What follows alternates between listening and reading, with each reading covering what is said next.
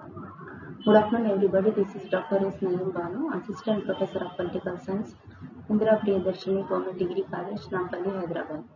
Today, I am going to discuss about one of the significant, in fact, most important topic of Indian government and politics, that is Supreme Court of India.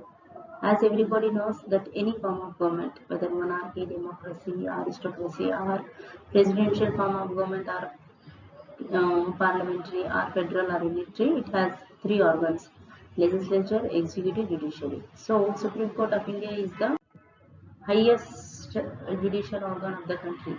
Being the apex court of the country, the Supreme Court works under the framework of the Constitution by acting as the guardian of the Constitution, and in fact sometimes acts as a custodian of the fundamental rights and freedom of the citizens of our country. It is, in fact, the interpreter of the provisions and controller of the entire judicial system of India. Article 124 of Indian Constitution states that there must be a Supreme Court in India, which should be the highest court of appeal. Any decision of the Supreme Court shall be binding upon all the subordinate courts. In India, there is an independent judiciary so that the traditional concept of natural justice and good conscience should be maintained. Equal justice shall prevail. In India, there is a separate judicial system so that the clarity and uniformity in the mind of everybody shall be maintained. However, as far as Indian judiciary or Supreme Court is concerned, it is the single integrated judicial system that has been implementing in India.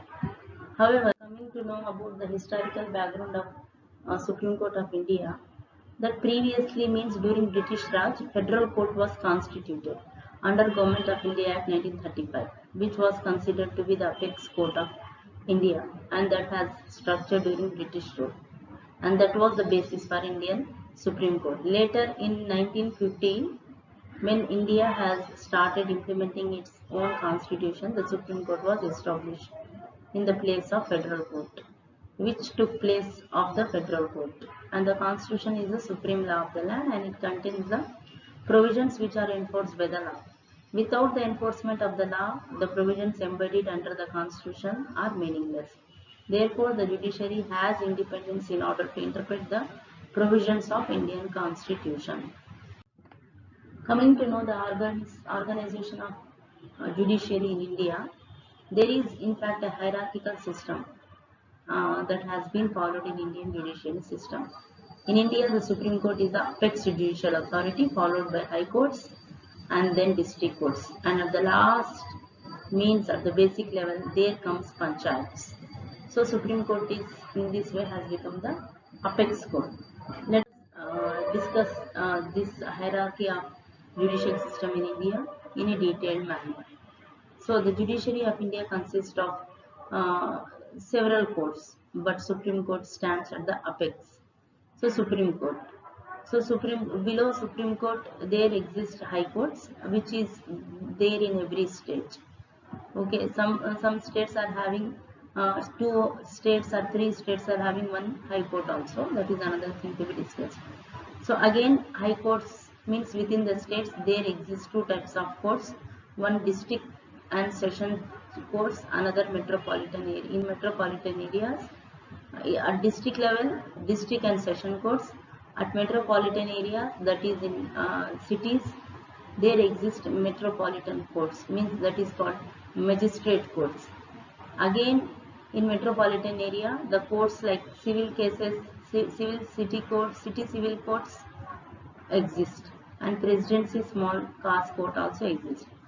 So district courts, in every district, a district court is there, under which certain subordinate courts also acts. Like a district court is having subordinate judge court, which is civil in nature, provisional small cause court, and courts of session. Means session courts means criminal cases, deals with the criminal cases.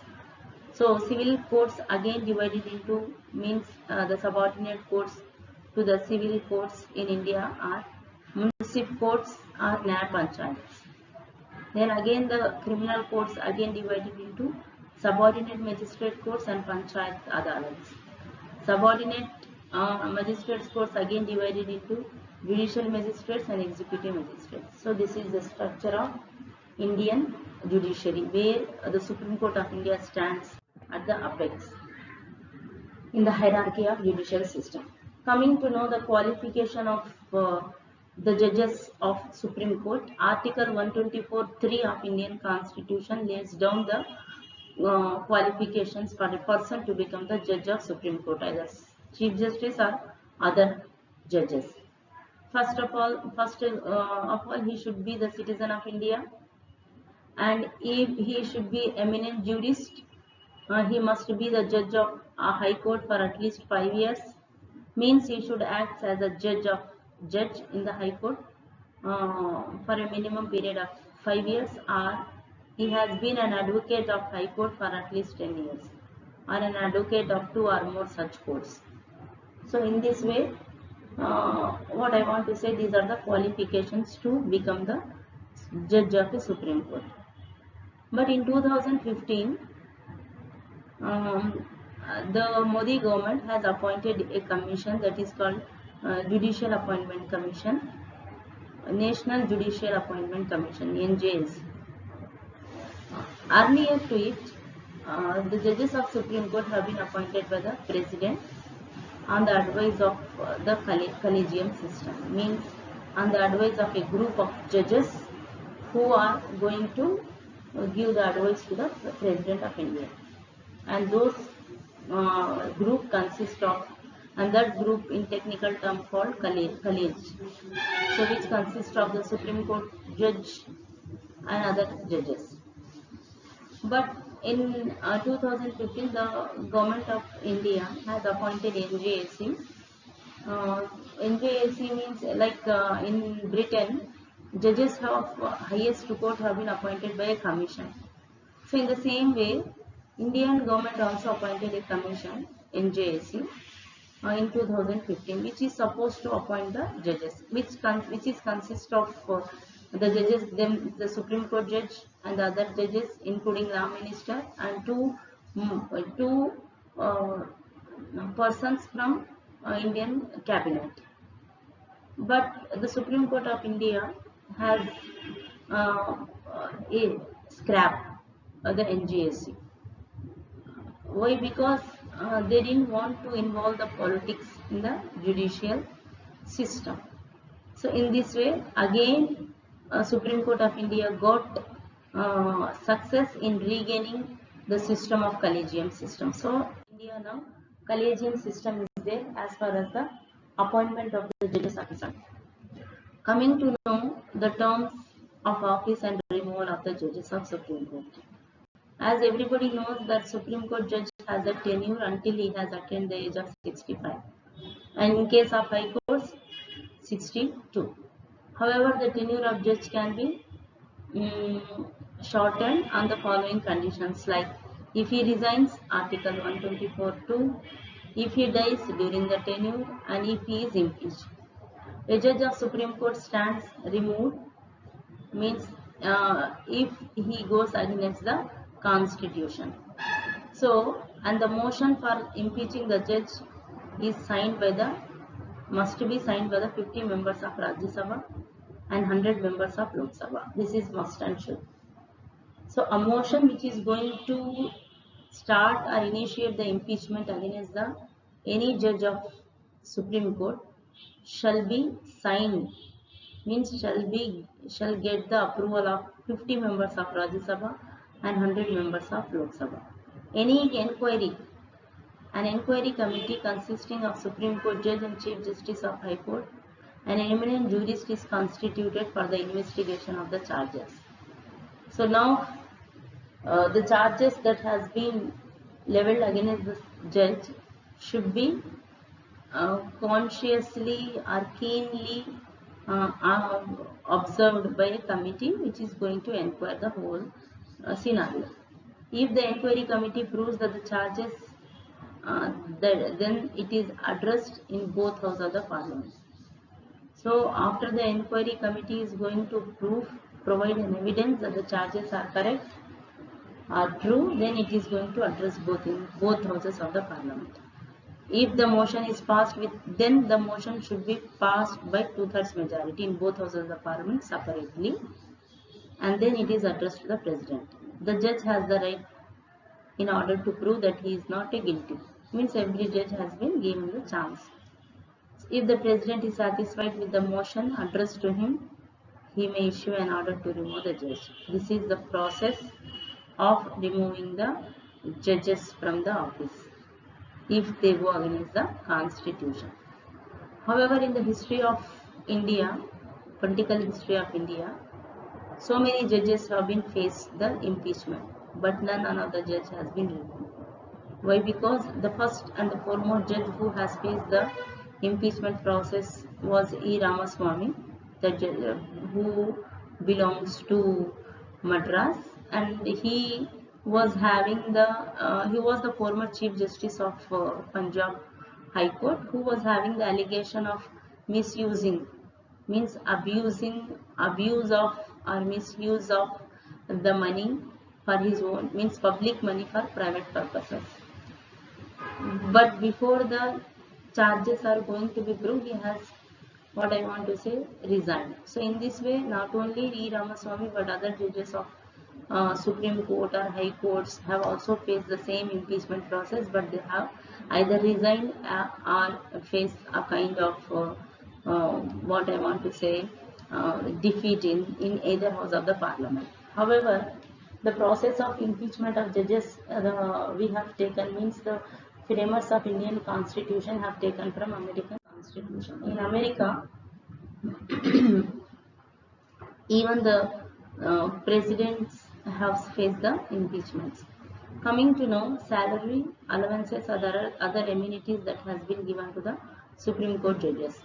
Salary allowances and other benefits of Supreme Court judge has been stated under Article 125 of Indian Constitution. However, the salary and allowances of judges are decided by the Parliament, and it is a must, means it should not going to give any kind of disadvantages to the what I want to say, the judges. The other privileges a judge has is of residence, free of cost with a pension after his retirement. A judge after his retirement can't hold the office for profit motive under state as well as union government. He can't act in the court after his retirement or any other authority as prescribed by law.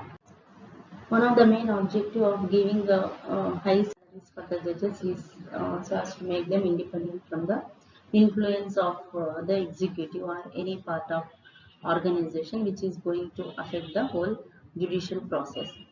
So coming to know another important aspect of the topic is powers and functions of Supreme Court of India. Supreme Court of India, as everybody knows, is the apex judicial authority. Under Article 141, it has been stated that the decision of Supreme Court is binding upon all other courts. It tends to regulate the judicial system, which is very important in the country in order to maintain public peace and protect it from any external transgression. Therefore, it possesses a very wide range of powers and functions which are discussed as follows. The foremost and very important function of Supreme Court is it acts as the guardian of the Constitution. It has original jurisdictions, even appellate jurisdictions. It acts sometimes as a defender of federation. It enforces the fundamental rights. Special leave petition is also having very important role in maintaining law and order in the country. It also advises to the union government. It also having very important power that is called judicial review. It also regarded as sometimes courts of acts. It also punishes to those who are going to abridge or violate the law of the land. And very important power, that is power of judicial review. Let us discuss one by one. Supreme Court of India is having original jurisdiction. Under Article 131 of Indian Constitution, the Supreme Court has the original jurisdiction in the cases like whenever the disputes arise between the Government of India and one or more states. Means the Supreme Court of India original jurisdictions means originally tended to tends to solve the cases or solve or give the solutions that has been arisen to the problems uh, due to disputes between Government of India and one or more states. If any dispute that has been arisen between the Indian government and one state and Union government or more states, then that kind of cases will not be entertained in the state high courts. That should be entertained by the Supreme Court of India. Sometimes Supreme Court of India is also going to solve means eradicate the disputes that has been arisen between the union government or any states or states at one sides or one or more states on the other sides, means among the states also between two or more states. Even the disputes arising in the elections of the president, vice presidents is dealt with by the Supreme Court. In these matters, the Supreme Court has original jurisdictions, and however, the decision of Supreme Court in these matters are final.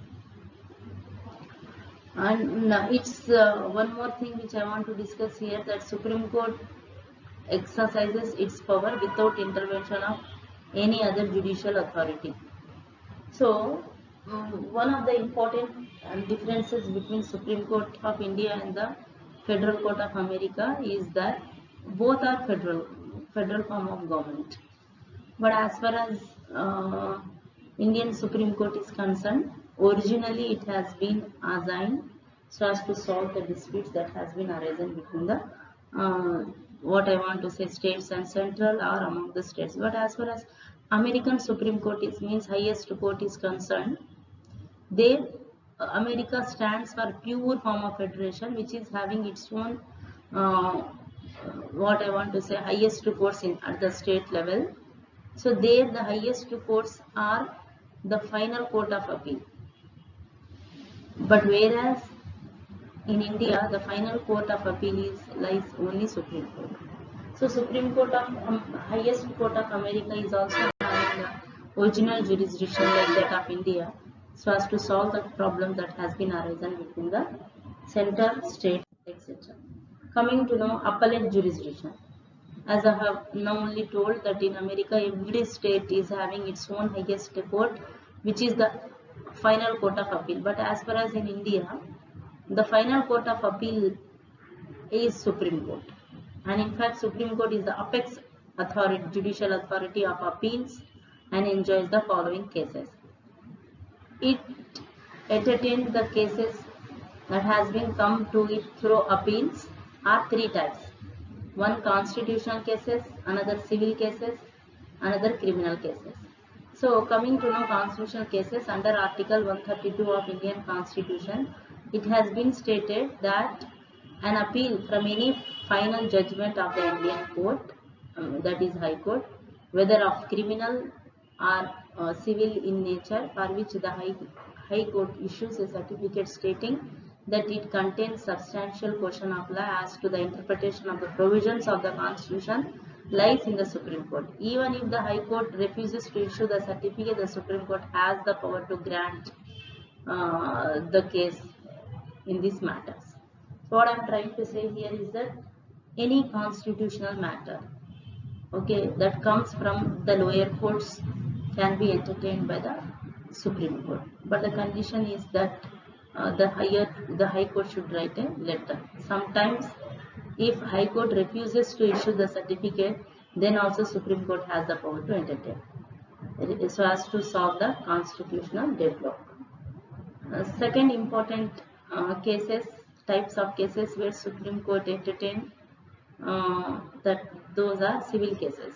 So cases of civil nature shall lie in the Supreme Court if the High Court is satisfied with the following conditions and certifies that the matter involves a substantial question of law, and if High Court thinks that this case needs to be decided by the Supreme Court, then Supreme Court is going to entertain that kind of cases. Criminal cases. Under Article 134(1) of Indian Constitution, a criminal appeal shall lie in the Supreme Court under the following circumstances. First of all, if the High Court is an appeal has in an appeal has reversed the judgment of a lower court and sentenced death penalty to the accused who has been acquitted. In the second situation, when the High Court itself has withdrawn a case from a lower court and then sentenced the accused person death penalty. Thirdly, if a case is certified by the High Court that it is fit for the appeal in the Supreme Court.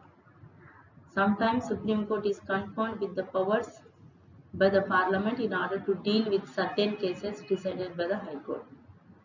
So in this way, Supreme Court has jurisdictions to grant special leave petitions also to the final judgment given by the lower courts, except for the courts or tribunals which has been formed by the law relating to the armed forces. So at Article 136 of Indian Constitution, special leave petitions power has been granted to the Supreme Court. However, if the judgment or order is given by High Court, okay, then no appeal for the matter will be entertained in the Supreme Court. Under Article 138 of Indian Constitution, the law expands the jurisdiction of Supreme Court in the matters contained under the Union list and shall also have jurisdictions over any subject which have been stated either of the state has been obtained. So in this regard, Supreme Court under appellate jurisdictions entertain three kinds of cases: constitutional cases, civil cases, and criminal cases. Coming to know, another important function of Supreme Court of India is advisory functions. So Article 143 of Indian Constitution states that Supreme Court on many occasions have given advice to the government as well as the President. Whenever they are having any legal confusion or constitutional confusion, then the matter is related to the interest of the public, or if there arises a substantial question of law, then the Union government including President can approach the Supreme Court for getting the advice. The Supreme Court, after the profound inquiry, reports them. However, one thing is very important to know, that the advices given by the Supreme Court is not bound, means mandatory on the part of the Union government, including President.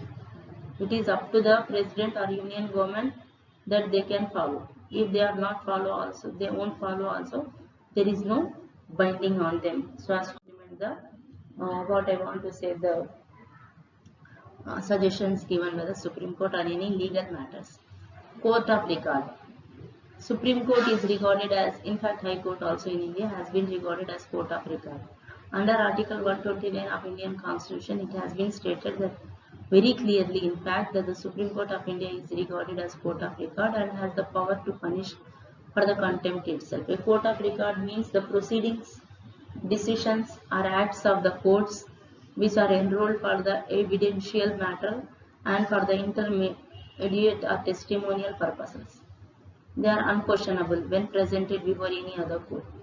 It means that all the procedures, decisions, proceedings, acts of the Supreme Court have been recorded carefully and for future reference. And this kind of record cannot be questioned in any court of law. So in this, why? Because generally the complicated cases only comes to the Supreme Court of India, and so as to solve these cases with so many toughest situations, the judges of Supreme Court used to give its judgment, and those judgments which are having the nature of complications will be recorded safely for future reference, and those cannot be questioned in any court of law. And in fact, these records have been sent to the lower courts so as to use them for future reference. Other important functions of Supreme Court of India are miscellaneous powers and functions. It is regarded as the custodian of fundamental rights. Supreme Court of India is regarded as the custodian of fundamental rights. Article 32 empowers the Supreme Court of India so as to protect the fundamental rights of Indian citizens. So under this Article 32, every citizen of India has the locus standi to move to the court. Locus standi means having the right to move to the court in order to seek legal remedy if there is any kind of infringement to the fundamental rights. It means that the Supreme Court and High Court, at one side Supreme Court under Article 32 of Indian Constitution and High Courts under Article 226 of Indian Constitution are having the power to issue the writs. Writs like habeas corpus, mandamus, quo warranto, certiorari and prohibition. So by issuing these writs, the Supreme Court is going to protect the fundamental rights of Indian citizens. With, for instance, habeas corpus. Habeas corpus is a writ which generally Supreme Court is going to give issue for so as to protect the fundamental right of Indian citizen of getting the assistance of legal remedies. So in the same way, all the fundamental rights, either right to life, liberty, equality, what I want to say, religious freedom, constitutional rights. In fact, the last and the very important right, that is constitutional remedies, right to constitutional remedies. In fact, most of the scholars have recorded this right according to Ambedkar. This right is the soul of Indian Constitution. Why? Because he said like that. Why? Because this is the right which is going to protect the other rights of Indian Constitution. So under this right, so whatever the rights that has been guaranteed in the part 3rd of Indian Constitution, that should be protected by the courts of India, including Supreme Court. Another important right of Supreme Court of India is, if any law passed by the Parliament or state legislature which does not comply with the provisions of Indian Constitution or is passed with the jurisdiction of with which even do not possess will be declared as void by the Supreme Court, and this power of Supreme Court is regarded as judicial review. However, there is no mention of judicial review in any part of Indian Constitution, but the constitution making fathers wanted to, in fact they borrowed the concept of judicial review from American Constitution. So the birthplace of judicial review definitely be the America. So in India, the Supreme Court of India is having the power to review. Review here, judicial review here matters for three purposes. One, for their own cases. So Supreme Court of India under Article 137 has the power to review its own judgments. So Supreme Court of India is not only going to review the laws made by the Parliament or the orders issued by the, what I want to say, executive, but also the judgment given by itself. So this is one of the peculiar feature which Indian Supreme Court is having. So here judicial review means reviewing its own judgments. This is happened, and if the Supreme Court is going to find any fault, then it is having the power to declare that judgment as void or unconstitutional. This is what related to its own judgment. This is happened in the case of Golaknath case or Keshananda Bharti case, Minerva Mill case. These are the cases which reflects the best example of judicial review, means where Supreme Court reviewed its own cases and declared earlier laws as judgments are unconstitutional or void. Coming to know another important power of Supreme Court as far as the laws of the land are concerned. It means Supreme Court is having the power to declare any law that has been made either by the Parliament or by the state legislature. If that law is against the interest of the people, or if that law is against the provisions of the Indian Constitution, as null or void or unconstitutional. Again, the Supreme Court of India is having the power to declare any order that has been issued by the executive, that is called ordinance, if those ordinances are against the interest of the people or against the Constitution of India, as null or void. So in this way, Supreme Court is going to protect the Constitution. So it be regarded as the custodian of Indian Constitution, means the protector of Indian Constitution. So nobody, either itself means Supreme Court or legislature or executive, means these are the three important branches of Indian system. If these three are going to violate the terms of Indian Constitution, then Supreme Court is there to protect the Constitution from the what I want to say misuse of it in the hands of either legislature members or executive or the court officials themselves. So in this way, the judicial review play an important role in empowering the Supreme Court for protecting the Constitution from the misuse at one side or protecting the interest of the people at another side. Another important power and function of Supreme Court is it is conferred with the power to make rules for carrying out its practices and procedure. As an apex court in Indian judicial system, Supreme Court has the power to make the rules for the proper or smooth functioning of the whole judicial system in India.